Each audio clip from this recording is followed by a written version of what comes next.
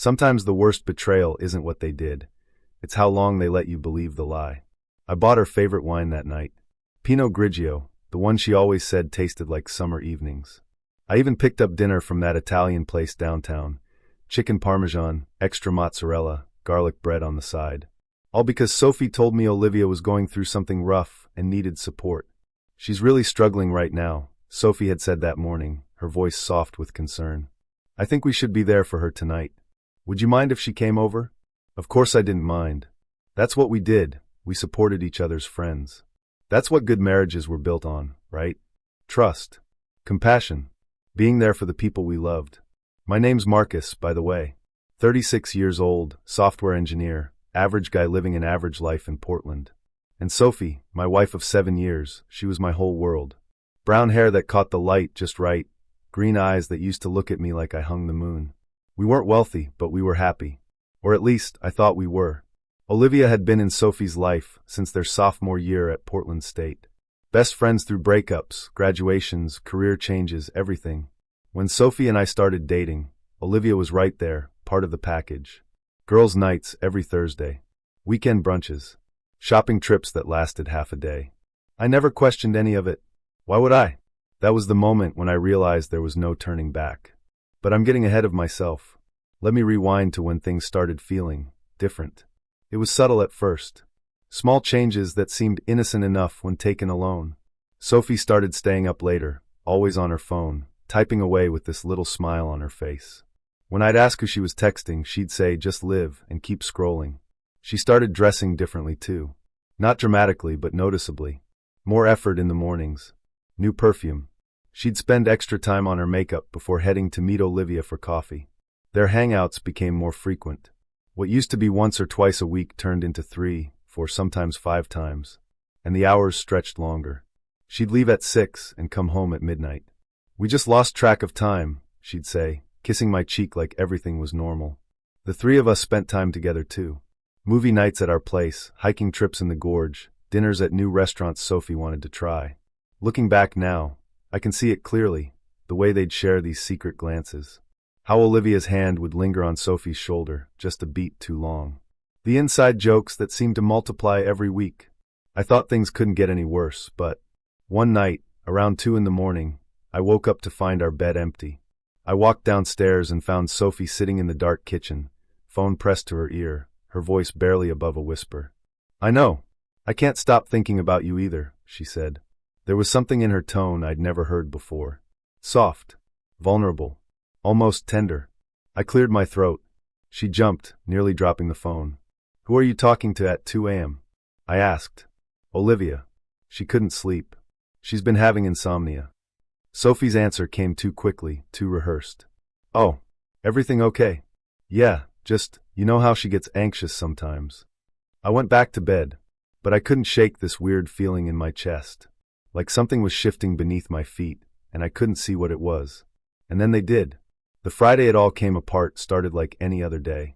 I had a big presentation at work, spent the whole morning stressed about it, practicing my pitch over and over. But by 3 o'clock, everything was done. My boss even gave me the rest of the day off as a reward.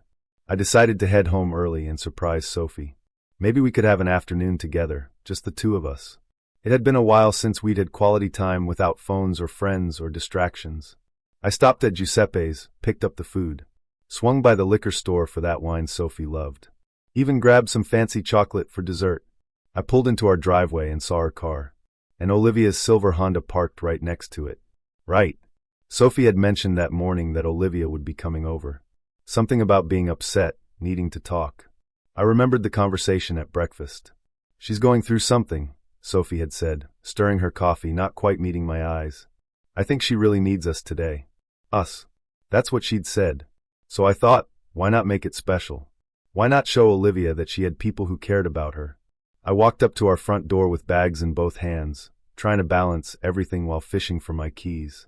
That's when I heard it. Music playing softly from upstairs. Our bedroom. And laughter. Not just any laughter, the kind that's intimate, private. The kind you don't share with just anyone. The ending of this story surprised even me. I set the bags down in the kitchen, my heart starting to pound. Maybe they were just talking. Maybe they were looking at something funny on a phone. Maybe. but my feet were already moving toward the stairs. Each step felt like walking through water. Everything slowed down. The bedroom door was slightly open. Just enough.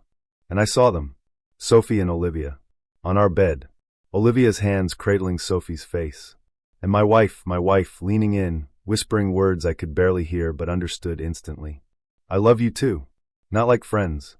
Not like sisters. Like lovers. They were kissing. Slow. Tender. Like they'd done it 1,000 times before. Like this was natural. Normal. Real. The world stopped. Sophie's eyes opened and landed on me. For a split second, we just stared at each other. Her face went from soft and content to absolutely terrified in the space of a heartbeat. The color drained from her skin. Her mouth opened, but no sound came out. Olivia turned, saw me, and scrambled backward on the bed, pulling the blanket around herself even though they were both still fully clothed. What happened after that is worth hearing. Marcus, Sophie started, her voice cracking. She stood up, hands reaching toward me like she could somehow pull the moment back, rewind time, make me unsee what I'd just seen. It's not what you think. But I couldn't speak, couldn't move. My brain was trying to process what my eyes had just witnessed, and nothing was adding up. This was Sophie, my wife, the woman I'd built a life with, the woman who'd promised me forever, and Olivia, sweet, friendly Olivia who'd been at our wedding, who'd helped us move into this house, who'd sat at our dinner table hundreds of times, smiling and laughing and acting like everything was perfectly normal. How long had this been happening? Please, just let me explain. Sophie took a step toward me, tears already streaming down her face. That's when something inside me just broke. Not with rage. Not with a big dramatic explosion. Just quietly, like glass cracking under too much pressure. I reached down and pulled off my wedding ring. That little gold band I'd worn for 7 years. The one I'd chosen so carefully, saved up for, slipped onto her finger in front of everyone we loved while promising to honor and cherish her for the rest of my life. I looked at it in my palm for a moment. Then I threw it across the room. It hit the floor near Sophie's feet with a small, pathetic clink. Rolled twice. Stopped. You already made your choice, Sophie. My voice didn't sound like my own. It was too calm. Too flat. Like it was coming from somewhere far away. Marcus, please. She was sobbing now, reaching for me. Please just listen. But I was already turning away. Walking down the stairs. Moving like I was on autopilot, like my body knew what to do even though my mind was completely blank. Marcus! Her scream followed me down the hallway. Please! Don't leave! Marcus! I heard her running after me, still crying, her footsteps pounding on the stairs. But I didn't stop. Didn't turn around. Just kept walking until I was out the door, down the driveway, in my car. My hands were shaking so hard I could barely get the key in the ignition. You'll never guess how it ends. I drove. No destination. Just drove until I found myself in a parking lot overlooking the river, rain starting to fall against the windshield. That's when it hit me. All of it. Everything. The late nights. The secret phone calls. The way she'd changed her password on her phone a few months back. How she'd started doing laundry separately, taking her phone into the bathroom when she showered. The weekend trip she'd taken with Olivia to Seattle for a concert, while I stayed home with a cold. All those times the three of us had hung out together. Movie nights where Sophie sat between us on the couch, her hand on my knee, Olivia's head on her shoulder. Dinners where they'd share appetizers across the table, feeding each other bites and laughing at jokes I wasn't part of. Hiking trips where they'd walk ahead of me, so deep in conversation they'd forget I was even there. I'd been the third wheel. In my own marriage. For how long? I sat there as the rain turned heavy, staring at nothing, feeling empty. Not angry. Not even sad yet. Just hollow. Like someone had scooped out everything inside me and left just the shell. My phone started ringing. Sophie. I declined. It rang again. Again. 17 times in the first hour. Then the text started. Please come home. I can explain everything. It's not what you think. I never meant to hurt you. Please, Marcus, I'm begging you. I love you. That last one almost made me laugh. Love. What did that word even mean anymore? It was the calmest day before the storm. I couldn't go back to that house. Not yet. Maybe not ever. I drove to a motel off Highway 26, checked in with cash, and sat on the squeaky bed staring at the water-stained ceiling. That's when I let myself think it through. Really think. How long had this been going on? Months? A year? Longer? Every girl's night. Every coffee date. Every time she'd come home late smelling like unfamiliar perfume, Olivia's perfume. Every whispered phone call at 2 a.m. Every weekend trip. Every second they'd spent together while I was at work, believing my wife was just spending time with her best friend. The signs had been there. I just hadn't wanted to see them. I finally opened my phone and read through Sophie's messages. Dozens of them now. Some begging. Some apologizing. Some trying to explain. One stood out. I didn't know how to tell you. I didn't even understand it myself at first. Please let me explain. You deserve to know everything. Everything. What was everything? How do you even begin to explain something like this?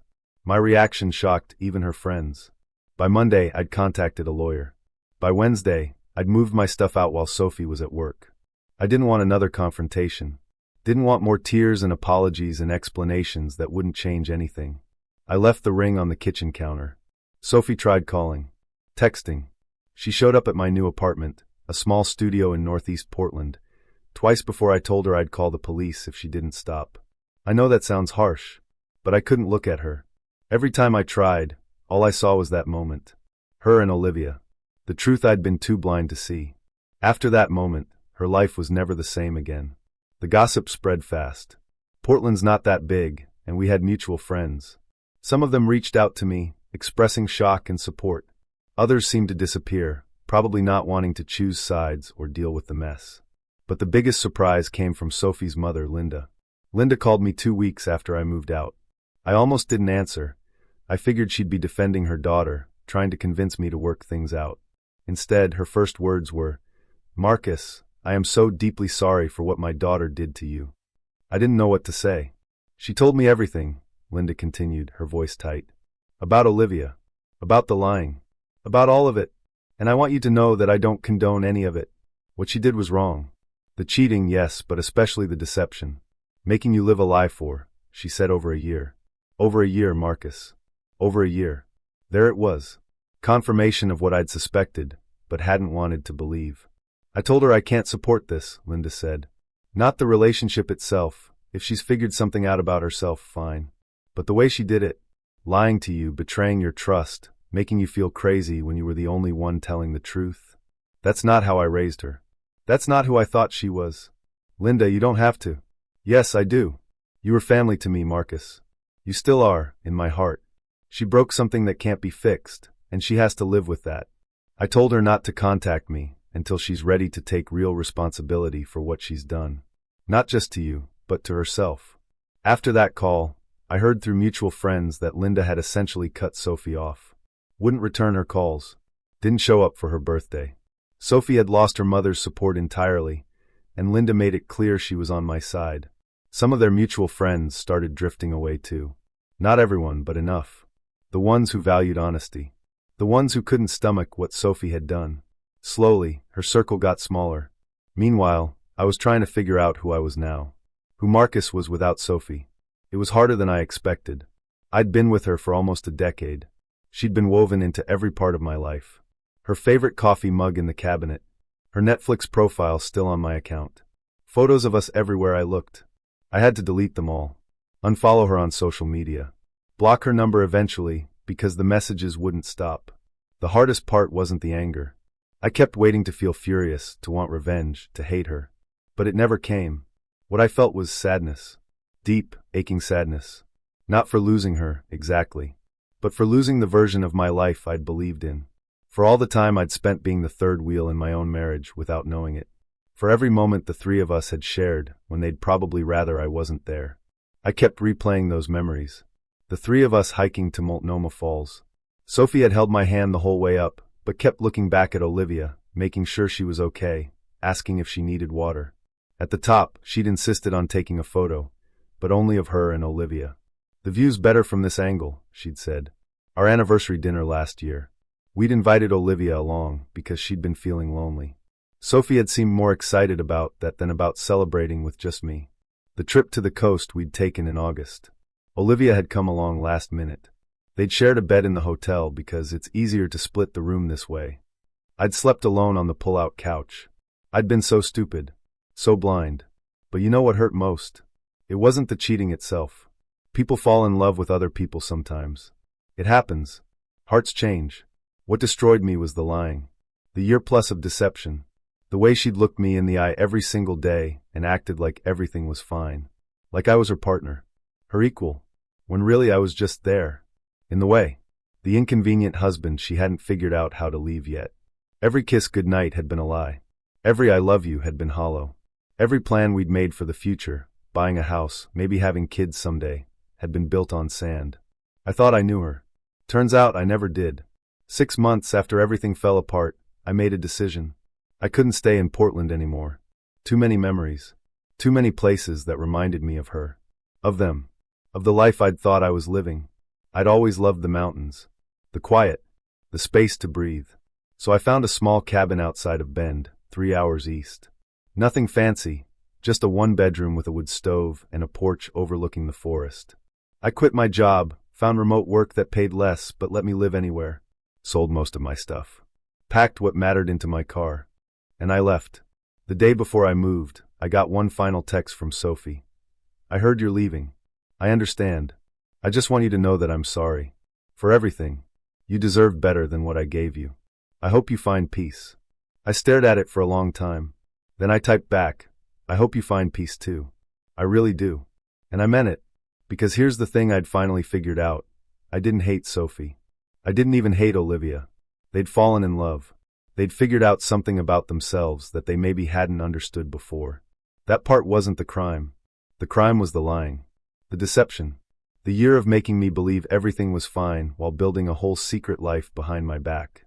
That's what I couldn't forgive. Not because it was malicious, but because it showed such fundamental disrespect for who I was as a person. I deserved honesty. Even if that honesty was painful. Even if it meant our marriage ending sooner. I deserved the truth. But I didn't get it. And I never would. So I left. Up here in the mountains, life's different. Slower. Quieter. I adopted a dog. A rescue mutt named Cooper with floppy ears and eyes that seemed too big for his face. He follows me everywhere. On morning hikes. To the general store in town. Onto the porch in the evenings when I sit with coffee and watch the sun set behind the peaks. I work during the day. Code, debug, attend virtual meetings. Then I close the laptop and just exist. Chop wood. Read books. Cook simple meals. Take Cooper for long walks where we don't see another soul for hours. The silence used to scare me. Now it's healing. There's no one here to lie to me. No one pretending. No one hiding behind smiles and excuses. Just me and Cooper and the mountains and the truth of what is. I don't know if I'll ever get married again. Maybe. Maybe not. Right now, I'm okay either way. Sometimes at night, I think about Sophie. Wonder if she's happy. If she and Olivia are still together. If she ever really understood what she took from me. Not just the relationship, but the trust. The ability to believe someone when they look me in the eye and say, I love you. I heard through Linda, who still texts me occasionally, that Sophie tried to apologize to her mother. Tried to explain, to reconcile. But Linda told her the same thing I wish I'd said that day in the bedroom. You made your choice. Now live with it. And that's the thing about betrayal. The betrayer gets to move on, start fresh, build something new with the person they chose. But the betrayed? We have to rebuild ourselves from scratch. Figure out who we are when the foundation we built our lives on turns out to be imaginary. It's been almost a year now. I'm not the same person I was. That version of Marcus, the trusting, optimistic guy who believed in forever, he's gone. Maybe that's sad. Maybe it's just reality. But I'm okay. More than okay, actually. For the first time in years, I feel free. Free from wondering if I'm enough. Free from trying to hold together something that was already broken. Free from the constant nagging feeling that something was wrong, but not being able to name it. Up here, I don't have to wonder. I don't have to question. It's just me and the life I'm choosing, one honest day at a time. Cooper's paws are on my lap now, his head tilted like he's asking if I'm okay. I scratch behind his ears and look out at the mountains turning purple in the dusk. Yeah, buddy, I tell him. I'm okay. And for the first time in a long time, I actually mean it. I don't hate Sophie. I don't hate Olivia. I don't even hate what happened anymore. I just finally don't have to live in someone else's lie. And that's enough. Thank you for watching the video to the end. YouTube may no longer suggest my channel to you, so subscribe to it to receive new interesting stories. You will also help the channel grow and improve the quality of its content. A playlist with other interesting stories that you can listen to is now displayed on the screen. You can also write in the comments what stories you would like to see on the channel.